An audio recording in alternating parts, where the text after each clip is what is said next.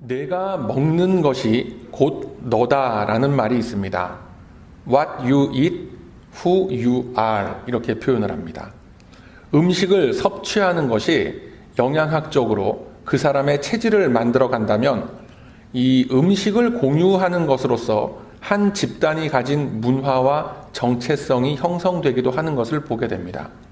한 가정과 나아가서는 사회 공동체가 주로 공유하는 그 음식의 종류를 보면 그 사회를 구성하고 있는 사람들의 습성과 문화적 특징들을 구분할 수 있고 발견할 수 있습니다. 때문에 문화 인류학의 분야에서는 음식의 문화와 그 종류에 대해서 매우 심도 있는 조사와 분석을 하기도 하는 것입니다. 단순하게 생각을 해서 초식을 위주로 하는 그 동물과 육식을 위주로 하는 동물의 차이를 보면 그것들이 갖고 있는 생활 습관과 신체 구조가 다 다르다라는 것을 알 수가 있습니다. 이 같은 특징들은 사람에게 대입을 하더라도 최소한 겉으로 보이는 이 피지컬적인 요소에서는 동일하게 적용이 됩니다. 그런데 더 나아가서 사람의 영적인 측면에 이르러서도 이 원리는 동일하게 적용이 된다라는 사실을 알 수 있습니다. 오늘 우리가 나눈 본문의 말씀은 바로 이러한 점을 우리에게 시사해주고 있는 것입니다. 그리스도의 몸을 먹고 그 몸을 이루면서 성장해 가는 사람과 그렇지 못한 사람의 차이는 이 실존의 생을 넘어서 장차 맞이하게 될 영원한 생명의 공간으로 들어갈 때 너무나 다른 결과를 초래하게 되는 것입니다. 사실상 기독교 신앙에서 보는 우리 인간의 삶이라는 것은 그 시점서부터가 진짜 삶이 시작되는 겁니다. 우리들이 보통 죽음이라고 부르는 그 순간서부터 이제 진짜 인생이 시작되는 것입니다. 이 세상의 삶이라는 것은 개인적인 차이가 좀 있겠지만 대개 80년, 90년 가량의 생애가 우리들에게 주어져 있습니다. 영원한 생명으로 들어가기 전에 잠시 주어진 기회가 지금 우리들이 살고 있는 인생이라고 불리는 이 시간의 공간인 것입니다. 우리는 그 영원한 공간에서 살기 위해서 지금 현재의 삶 속에서 꾸준히 영적인 체질과 그 체력을 가다듬어야 하는 것입니다. 무엇으로요? 바로 하나님의 말씀을 먹음으로써 그렇게 준비해 가는 것입니다. 그래서 오늘 본문은 바로 그 영적 식탁의 출처와 준비 과정에 대해서 우리들에게 깊은 깨달음을 주고 있는 것입니다. 자, 본문의 말씀 7절서부터 13절까지는 유월절을 준비하는 모습에 대해서 말씀을 하셨습니다. 그리고 14절서부터 20절까지는 마지막 만찬의 모습을 보이고 있습니다. 이 유월절이라는 것은 한문으로 표현을 하면 넘을 유, 지나갈 월 이렇게 써서 유월절이라고 합니다. 6월달에 있어서 유월절이 아니라 넘어서 지나가는 절기라는 의미입니다. 그래서 영어로는 패스오버라고 하는 것입니다. 지난주에도 우리들이 성만찬 예식을 했지만 이 성만찬은 그리스도의 몸과 피를 상징하는 그 떡과 잔을 받으면서 예수님과 우리들이 한 몸됨을 확인하는 거룩한 예식이었습니다. 그리고 이 성만찬은 영어로 Holy Communion Service라고 이 세 단어로 명명을 합니다. 보통 앞에 두 단어만 사용해서 Holy Communion이라고 하거나 뒤에 두 단어를 써서 Communion Service라고 표현을 합니다. 어떻게 표현을 해도 성만찬 예식이다라는 의미인데 그 앞에 표현을 보면 거룩한 연합이라는 의미이고 그 뒤에 표현을 보면 연합의 섬김이라는 그 의미가 숨겨져 있습니다. 중요한 것은 어떻게 표현을 하든지 간에 그 행위의 주체는 사람이 아니라 하나님이시라는 겁니다. 이것이 포인트입니다. 사람이 하나님을 섬기는 의식이 아니라 하나님께서 당신의 백성을 위해서 서비스해 주시는, 섬겨 주시는 의식이 바로 성만찬 예식인 거예요.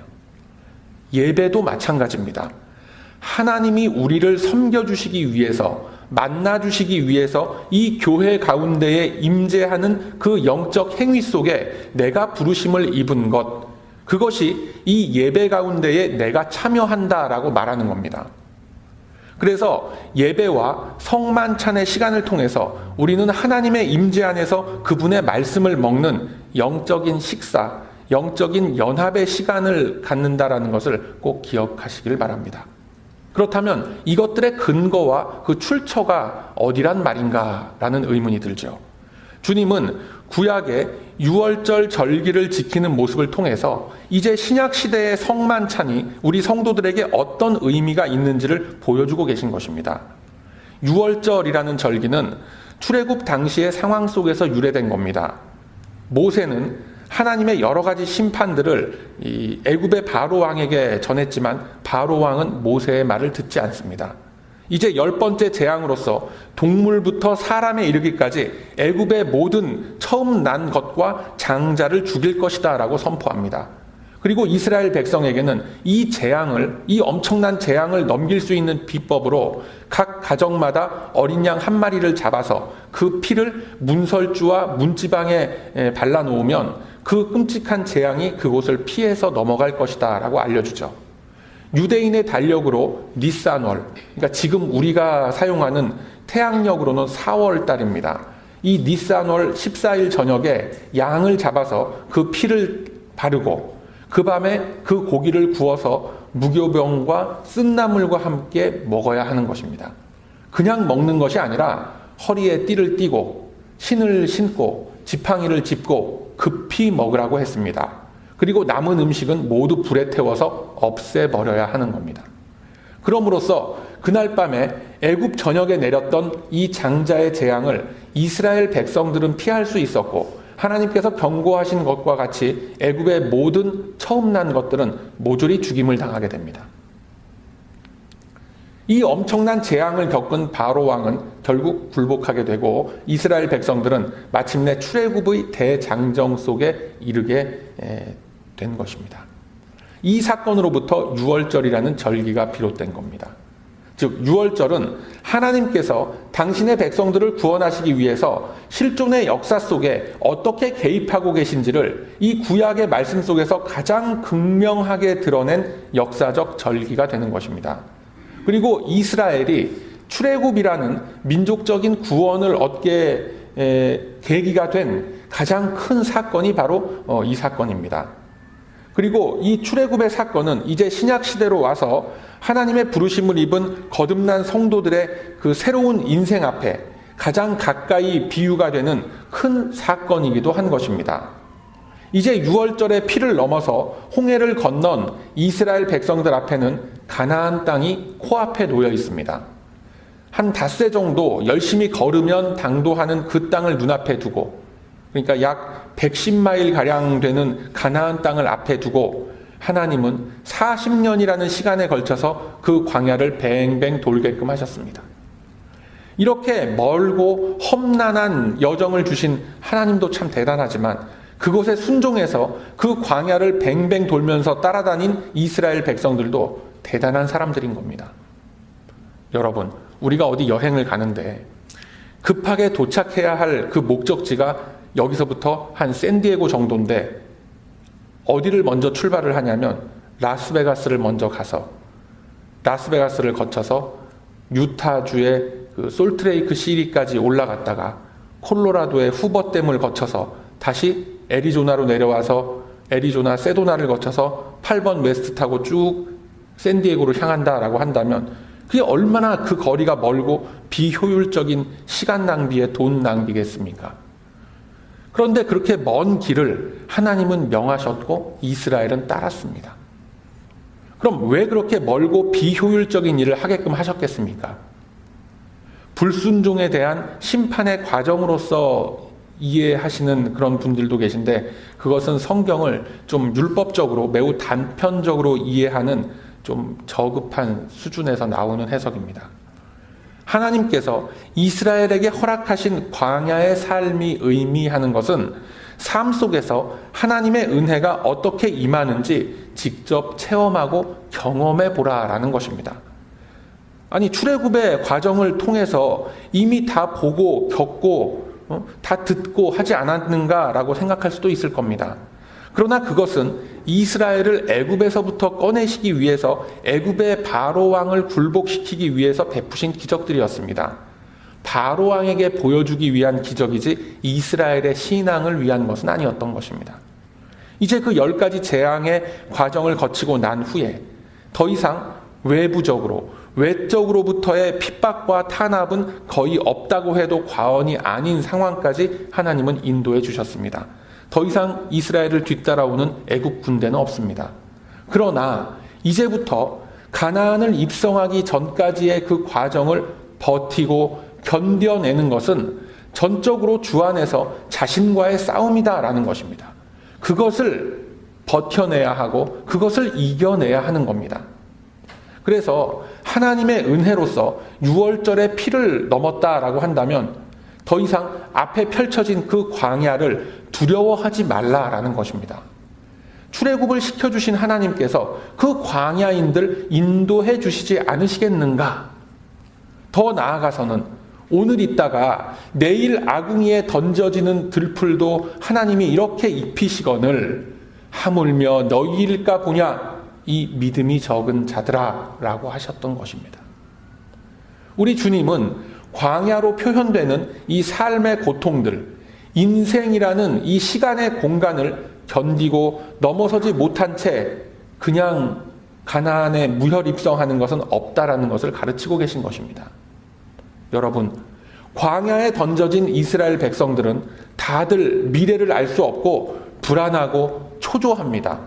춥고 배고프고 고통스러운 것입니다. 이제 누가 먼저라고 할 것도 없이 동시다발적으로 불평과 원망이 모세를 향해서 터져 나오고 있습니다. 출애굽기 16장 2절 이하 말씀 보면 이스라엘 자손 온 회중이 모여서 아론과 모세를 원망했다라고 했습니다. 애굽에서 조상 대대로 노예살이를 하면서 고생했던 것은 다 잊어버린 겁니다. 그 이어지는 말씀을 쭉 보면 우리가 애굽 땅에서 고기 가마 곁에 앉았던 때와 떡을 배불리 먹었던 때에 여호와의 손에 죽었더라면 더 좋았을 것을 너희가 이 광야로 우리를 인도해내서 이 회중으로 굶주려 죽게 하는도다라고 불평을 합니다. 그러자 하나님께서는 만나와 메추라기를 내려주셔서 그들이 광야 40년을 굶주리지 않게 해주셨고 마실 물이 부족하다고 또다시 주저앉아서 울부짖는 그들에게 반석에서 물이 솟아나게 해주셨습니다. 그러면 이러한 모습을 보는 우리의 마음속에 이런 생각 들지 않겠습니까? 아니, 애초에 하나님께서 알아서 척척 준비해 주실 거면 진작에 미리 다 예비를 해놓고 그렇게 해주시지 그렇게 체면을 깎여가면서 울부짖고 원망하지 않아도 될 거 아닌가라는 그런 마음이 들 수도 있을 것입니다. 그러나 하나님의 일하시는 모습은 그것에 있지 않습니다. 하나님은 이 광야의 삶을 통해서 그 백성들이 철저하게 하나님 의존적 사고와 성경적 세계관을 갖추도록 기다려주시고 인내해 주셨던 겁니다. 그렇기 때문에 그들 앞에 주어진 이 광야라는 공간은 은혜의 공간입니다. 은혜의 바다로서 이스라엘에게 주어진 공간이자 시간이었던 것입니다. 출애굽을 했던 이스라엘 백성들 누구나 다 동일한 조건입니다. 그럼에도 불구하고 누구는 만나를 먹으면서 기쁨과 감사함이 있고 누구는 똑같은 만나를 먹으면서 원망과 불평을 하는 겁니다. 또한 똑같은 기후 조건이었습니다. 낮에는 덥고 밤에는 춥습니다. 누구는 낮의 더위와 밤의 추위를 보면서 괴롭다고 하고 못 살겠다고 불평하고 언제든지 저 더위와 추위로 인해서 죽을지도 모른다고 없는 걱정 만들어서 앓는 소리를 질러대는 거예요. 누구는 똑같은 낮의 더위와 밤의 추위를 겪으면서도 그것을 가려주는 구름 기둥을 보면서 감사하고 또 시원해하고 밤의 불기둥을 통해서 추위를 두려워하는 것이 아니라 따뜻하게 그들을 데펴주는 그 불기둥에 감사했던 것입니다. 여러분, 어차피 처한 상황은 다 똑같습니다. 똑같이 6월절에 양을 잡았고 피를 발랐고 고기를 먹었고 쓴나물을 먹었습니다. 즉 하나님께서 인도하시는 대로 말씀하시는 대로 다 준비를 했습니다. 당장 일어나서 길을 떠날 차비를 한 상태에서 지팡이까지 쥐고 식사를 마쳤습니다. 그런데 막상 광야에 나와 보니까 이전에 기대했던 것과는 너무나 다른 모습인 겁니다. 그런데 이렇게 바뀐 상황과 환경 속에서 여전히 동일한 방법으로 그들을 인도하실 하나님이 그들과 여전히 함께 하고 계신데, 그들은 하나님을 기대하는 것이 아니라 자신들을 둘러싼 그 환경 속에 함몰되어 버렸던 것입니다. 그러한 그들을 놓고 주님은 변함없이 말씀합니다. 출애굽기 16장 4절 이하 말씀 보면, 보라, 내가 너희를 위하여 하늘에서 양식을 비같이 내리리니 백성이 나가서 일용할 것을 날마다 거둘 것이라. 이같이 하여 그들이 나의 율법을 준행하나 아니하나 내가 시험하리라 라고 하셨습니다. 광야에서 굶주렸던 그 이스라엘 백성들에게 주신 생명의 선언입니다. 이 선언은 마태복음 4장 4절에서 예수님이 사탄의 시험을 당하실 때에 사람이 떡으로만 살 것이 아니요 하나님의 입으로부터 나오는 모든 말씀으로 살 것이다 라고 시험을 물리치신 그 사건으로 인하여 성취가 되었던 것입니다. 그리고 이 시대를 살아가는 저와 여러분에게 진정 필요한 삶의 양식이 무엇인지를 정확하게 보여주시는 주님의 도전이 된다라는 것을 여러분 꼭 믿으시길 바랍니다. 여러분, 하나님의 입으로부터 나오는 모든 말씀이 뭡니까? 바로 기록되어진 성경의 말씀이면서 우리를 위하여 자신의 몸을 버리신 예수 그리스도를 의미하는 것입니다. 그래서 사도 바울은 선언하기를 이제 내가 사는 것은 내가 사는 것이 아니요 내 안에 계신 예수의 영으로 사는 것이라 라고 했던 것입니다. 오늘 본문 속에서 예수님이 유월절을 기념하기 위해서 준비하라 라고 하신 것은 이제 예수님께서 성찬의 식탁을 준비하시기 위함이었던 것입니다. 유월절에 양을 먹고 그것을 기념하면서 광야를 견뎌냈던 그들의 조상들과 같이 이제 새로운 성찬의 식탁을 우리들에게 주시는 겁니다. 이것은 더 이상 짐승의 피를 필요로 하는 것이 아니고 그리스도께서 단번에 자신의 몸을 버리심으로 하나님과의 화목을 이루신 그 길 위에 우리들을 초대하신 거룩한 상인 것입니다. 그래서 우리들이 성찬식을 할 때 떡과 잔을 받아서 먹고 마시고 하는 것은 예수 그리스도의 임재와 함께 그분의 지체로서 내가 연결되어 있다라는 것을 확인하는 예식인 겁니다. 그 성찬에 떡과 잔을 받음으로써 그리스도의 은혜를 내가 입고 그의 몸속으로 내가 들어가는 것입니다. 내가 예수님의 몸이 되었다라는 것을 확인하고 선언하는 예식이 되는 겁니다. 흔히 말하길 믿음의 성도들은 그리스도의 지체들이라고 합니다. 말 그대로 저와 여러분은 예수님의 몸이 되어서 이 세상을 살아가야 하는 그 자리에 부르심을 입은 겁니다. 그 예수님의 몸이 어떻게 되었습니까? 그가 찢기셨던 몸이 다시 살아나셨고 그가 흘리셨던 피는 다시금 그의 심장을 뛰게 했고 그가 다시 살아나셔서 성육신하신 하나님의 아들임을 증명해 보여내었던 것입니다. 여러분, 성찬을 통해서 예수님의 몸이 나의 몸이 되었고 내가 예수님의 몸을 이루게 된 것입니다. 이제는 믿음으로써 성찬의 상을 받은 내가 곧 부활 생명을 가진 실체가 되는 겁니다. 이것이 바로 우리들이 그리스도 지체됨의 신비로움입니다. 제가 말씀을 시작하면서 사람은 먹는 대로 이루어진다라고 했습니다. 즉, 그 사람이 먹는 그 음식이 그 사람의 모습을 이루는 겁니다. 이 세상 사람들은 물질 만능주의라는 가치관을 먹고 삽니다. 그리고 유물론적 세계관에 길들여져서 살아가고 있습니다. 우리들도 그리스도를 인격적으로 체험하기 전까지는 마찬가지였습니다. 그러나 이제는 바뀌었다라는 그 사실을 기억하시길 바랍니다. 우리는 먹는 음식이 다르고 우리를 살아가게끔 하는 영양소가 이 세상과는 다른 존재들인 것입니다. 우리들은 하나님의 말씀을 먹고 살아가는 존재들입니다. 우리들은 하나님 나라의 가치관을 가지고 살아가는 사람들입니다. 더 이상 이 세상 사람들이 먹고 마시는 것들로서는 우리를 배부르게 할 수가 없고 그것으로부터는 우리를 성장하게 하는 영양소를 섭취할 수가 없습니다. 여러분, 사자가 어떻게 풀을 뜯어먹고 살겠습니까?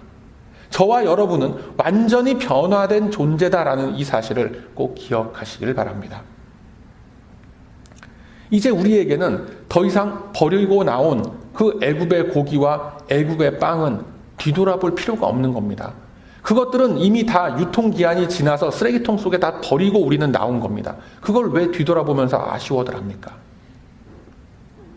오늘 본문을 통해서 주님은 성찬의 예식이 갖는 의미만을 보여주고 계신 것이 아닙니다. 주님은 실제로 옛날 이스라엘 조상들이 가졌었던 유월절 절기를 준비하는 그 과정들을 되새기게 하시고 그 유월절이 이제 십자가에서 자신의 몸을 드림으로써 절기로서의 이 유월절은 이제 완성이 되었다라는 것을 보여주고 계시는 겁니다. 이제는 보혈의 공로를 믿는 심령들마다 그리스도의 지체를 이루게 하심으로써 이제 주님 다시 오실 그날까지 새롭게 우리들에게 주어진 이 광야의 삶을 살아갈 수 있는 동력을 허락해 주신 겁니다. 무엇으로요? 바로 예수의 몸을 입고 우리들은 이 광야와 같은 세상 속에 세워져 있는 것입니다. 하나님께서는 이 구약의 유월절을 이제 성만찬으로 승화시키시면서 구원의 확신을 얻은 하나님의 백성들이 이제 광야길 앞으로 달려나갈 그 지점에 서 있다라는 사실을 보여주고 계신 거예요. 다시 말해서 저와 여러분은 이제 영적인 출애굽을 다 경험한 사람들입니다. 그런데 출애굽을 한 것이 그것이 최종 목적이 아니라 궁극적인 목적은 가나안 땅에 들어가는 겁니다. 이제 우리들은 이 광야의 길을 걸어서 통과하는 일이 남아있는 겁니다.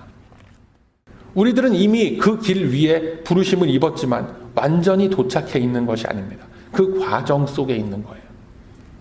우리들 앞에 놓여있는 이 광야의 길이 앞으로 우리네 인생 앞에 40년이 남았을지 4년이 남았을지 아니면 단 4일이 남았는지는 우리들의 믿음에 달린 것이다 라는 것을 꼭 기억하시길 바랍니다. 왜 우리들의 믿음에 달렸는가? 한번 주변을 둘러보세요. 많은 이들이 부르심을 입고 함께 홍해를 건넜습니다.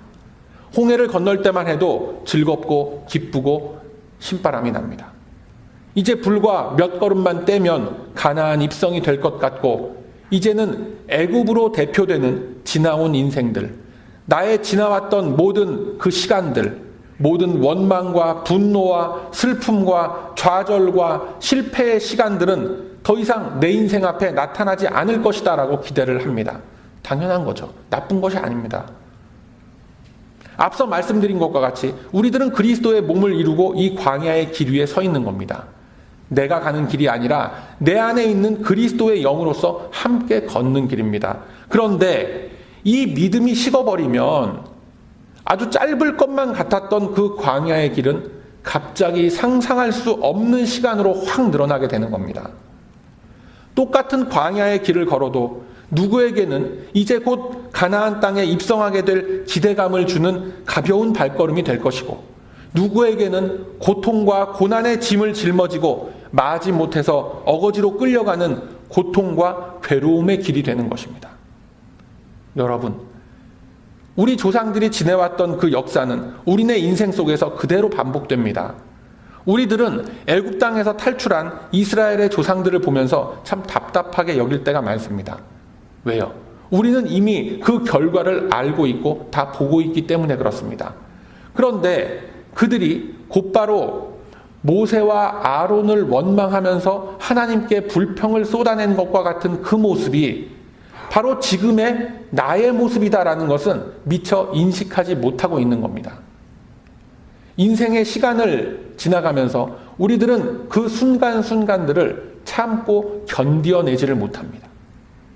아니, 이제 홍해를 다 건넜다는데 왜 가나안 땅은 당장 들어가지 못하는가라고 의아스러워하고 진짜 가나안 땅이라는 것이 우리 앞에 있긴 있는 것이 맞는가라는 의심을 합니다.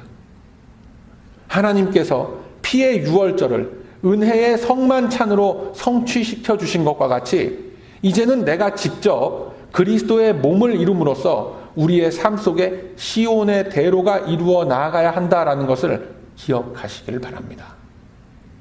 사랑하는 우리 배단위 가족 여러분, 이 시대는 우리 성도들이 믿음을 지키면서 살아간다라는 것이 결코 만만치가 않은 시대입니다. 많은 이들이 실족하고 광야 같은 이 세상에 주저앉아 있습니다. 누군가의 도움을 기다리고 있고 좌절과 그 분노의 눈물을 흘리면서 앉아 있는 겁니다. 멀리 가서 찾을 것도 없이 어쩌면 우리 자신의 모습 또는 우리 이웃의 모습일지도 모릅니다. 그런데 예수님은 육신을 입고 이 땅에 계실 때에 바로 그러한 자들과 함께 계셨습니다. 한 발자국 떨어진 곳에 서서 훈계조로 그들을 꾸짖거나 그들의 연약함을 비웃지 않으셨습니다. 오히려 그러한 그들을 감싸 안으셨고 그들을 위로해 주셨고 그 손을 잡아 이끌어 주셨음을 우리는 다 기억하고 있습니다. 이제 우리들이 그리스도의 몸을 입고 성령 하나님과 함께 이 광야 같은 인생의 길을 간다면 예수님께서 그 육신의 몸을 어느 곳에서 어떠한 때에 사용하셨는지를 우리는 반드시 알아야 합니다. 이 성도는 그리스도의 몸입니다. 우리는 그리스도의 살과 피를 먹고 그분의 말씀을 먹음으로써 이 땅에 존재하는 예수 그리스도의 실존적 몸을 이룬 지체들인 것입니다. 예수님께서 이 땅 위에서 보여주신 그분의 희생과 그분의 관용, 자비와 긍휼과 순종함의 모습은 그의 뒤를 잇는 저와 여러분에게 요구되어지는 이 시대의 부름일 것입니다. 우리는 그리스도의 성품과 그가 이루신 우리 기독교의 가치를 고스란히 이어받아서 우리네 삶의 현장 속에서 이루어 나아가야 할 존재들임을 반드시 기억하시길 바랍니다. 이것이 오늘 본문의 말씀을 통해서 유월절을 통과한 우리들에게 주시는 하나님의 말씀인 것입니다. 하루하루 이어지는 이 광야와 같은 인생길 속에서 주님은 자신의 몸을 우리들에게 아낌없이 주심으로 생겨났던 그 몸의 상처와 피 흘림의 흔적을 기억하라라고 하셨습니다. 이 사실을 굳게 믿고 동일한 은혜의 역사가 나의 삶 속에서 끊임없이 일어날 것을 소망하며 이 말씀 기억하시길 바랍니다. 주님께로부터 받은 그 확신을 이루기 위해서 이 광야의 길을 끊임없이 걷고 또 걷는 우리 믿음의 백성들에게 그리스도의 영으로서 베풀어 주시는 그 기름 부으심의 역사는 끊임없이 일어날 것입니다. 그 길 위에 의심과 두려움 없이 한 믿음으로 한 신앙으로 정진해 나아가는 우리 배단위 공동체가 되길 소망합니다. 우리 모두 반드시 예비되어진 그 귀한 복지 가나안 성에 다 함께 도착할 것입니다. 그러하므로 이제는 주께서 찢기신 몸과 흘리신 피의 의미를 우리의 마음속에 품고 말씀을 양식 삼아 새 힘을 얻어서 우리 주께서 주신 이 사명의 길 앞에서 두려움 없이 나아가는 저와 여러분의 가치 있는 인생길이 다 되시길 이 아침에 주님의 이름으로 축원드립니다. 아멘.